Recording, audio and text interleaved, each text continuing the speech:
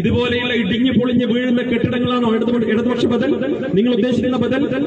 കോട്ടയത്തെ മെഡിക്കൽ കോളേജിലെ ബിൽഡിംഗ് ഇടിഞ്ഞു വീണപ്പോ അവരുടെ ബന്ധുക്കൾ കരഞ്ഞുകൊണ്ട് കാല് പിടിച്ചുകൊണ്ട് ഈ മന്ത്രിമാരുടെ കാല് പിടിച്ചുകൊണ്ട് പറഞ്ഞു, നിങ്ങൾ തെരയണം. വാസവന്റെ കാല് പിടിച്ചു, വീണ ജോർജിന്റെ കാല് പിടിച്ചു, നിങ്ങൾ തെരയണം, ഞങ്ങളുടെ അമ്മ അതിനകത്ത് പെട്ടുകിടക്കുന്നുണ്ടോ എന്ന് സംശയമുണ്ടെന്ന് പറഞ്ഞപ്പോ തിരിഞ്ഞു നോക്കാതെ അതിനകത്ത് ആരുമില്ല എന്ന് പ്രസ്താവിച്ചയാളാണ് ആരോഗ്യമന്ത്രി.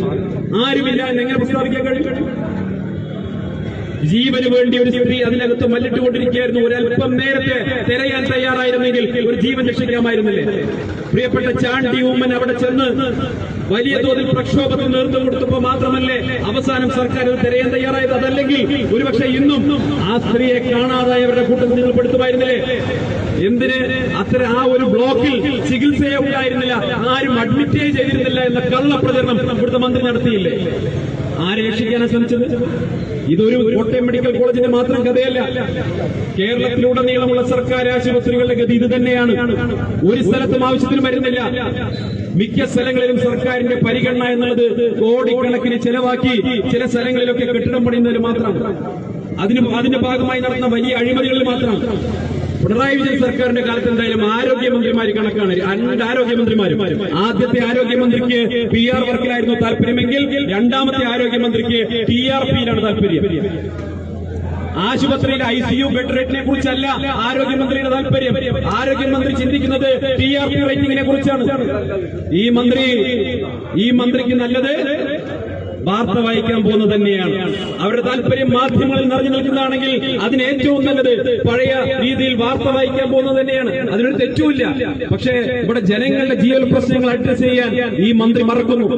ജനങ്ങളുടെ ജീവിത പ്രശ്നങ്ങൾ അഡ്രസ് ചെയ്യുന്നതിൽ ഈ മന്ത്രി പരാജയപ്പെട്ടിരിക്കുന്നു. കേരളത്തിലെ ആരോഗ്യരംഗം ഒരു കാലത്ത്, അത് ഇന്നോ ഇന്നലെയോ തുടങ്ങിയതല്ല, തിരുവിതാംകൂർ രാജാക്കന്മാരുടെ കാലം തൊട്ട് കേരളത്തിലെ ആരോഗ്യരംഗം, കേരളത്തിലെ മിഷണറിമാരുടെ പ്രവർത്തനപരമായിട്ടൊക്കെ കേരളത്തിലെ ആരോഗ്യരംഗം കൈവരിച്ച ഒരു നേട്ടമുണ്ട്. കേരളത്തിലെ സ്വകാര്യ മേഖല ഉൾപ്പെടെ അതിന് സംഭാവന നൽകിയിട്ടുണ്ട്. നിങ്ങൾക്കറിയാമോ, കഴിഞ്ഞ ഈ പിണറായി വിജയൻ സർക്കാർ അധികാരമേറ്റെടുത്തതിന് ശേഷം മാത്രം കേരളത്തിൽ 100ഓളം സ്വകാര്യ ആശുപത്രികളാണ് പ്രവർത്തനം അവസാനിപ്പിച്ചു പോയിട്ടുള്ളത്. 100ഓളം സ്വകാര്യ ആശുപത്രികൾ. സ്വകാര്യ മേഖലയിലെ ആശുപത്രികൾ പൂട്ടിട്ട് പോകുന്നു, താഴിട്ട് പോകുന്നു. സർക്കാർ മേഖലയിൽ ജനങ്ങൾക്ക് ചികിത്സിക്കാൻ മരുന്നില്ല, ഓപ്പറേഷൻ നടക്കുന്നില്ല, മറ്റൊരു സംവിധാനങ്ങളുമില്ല. ഉമ്മൻചാണ്ടി സർക്കാരിന്റെ കാലത്ത് കാരുണ്യ ബെനവലന്റ് ഫണ്ട് അടക്കമുള്ള സൗകര്യങ്ങൾ കൊടുത്തുകൊണ്ട് പാവപ്പെട്ടവർക്ക് ലക്ഷക്കണക്കിന് രൂപ വില വരുന്ന ചികിത്സകൾ സൗജന്യമായിട്ട് ലഭിക്കാൻ സാഹചര്യം ഉണ്ടായിരുന്നെങ്കിൽ ഇന്ന് ആ സാഹചര്യങ്ങൾ ഇല്ലാതായിരിക്കും. അങ്ങനെ സാധാരണക്കാരായ ജനങ്ങൾക്ക് ജീവിക്കാൻ പ്രയാസകരമായ സാഹചര്യം ഉണ്ടാകുമ്പോ അതിനെതിരായിട്ട് സമരം ചെയ്യുന്ന ആളുകളെ വേട്ടയാടാമെന്നും തല്ലിച്ചതയ്ക്കാമെന്നുമാണ് സർക്കാരിന്റെ തീരുമാനമെങ്കിൽ ഇനി 6-7 മാസം മാത്രം പ്രായം ആയുസ് ബാക്കിയുള്ള സർക്കാരാണ്. പോലീസുകാർ കേൾക്കണം, പോലീസുകാർ നല്ലോണം കേട്ടോളം. നിങ്ങൾ ഇങ്ങനെ മസിലും പിടിച്ചു നിൽക്കേണ്ട ഒരു കാര്യമില്ല. 18% DA കുടിശ്ശിക കിട്ടാൻ നിങ്ങൾക്ക് ബാക്കിയാ. 18% ഈ സർക്കാർ തന്നിട്ടുണ്ടോ? ഞങ്ങളെ തല്ലാൻ ആവേശം കാണിക്കുന്ന പോലീസുകാർ ഒരു കാര്യം ആലോചിക്കണം. എനിക്ക് തരാനുള്ള പണം ഈ പിണറായി സർക്കാർ തന്നിട്ടില്ല.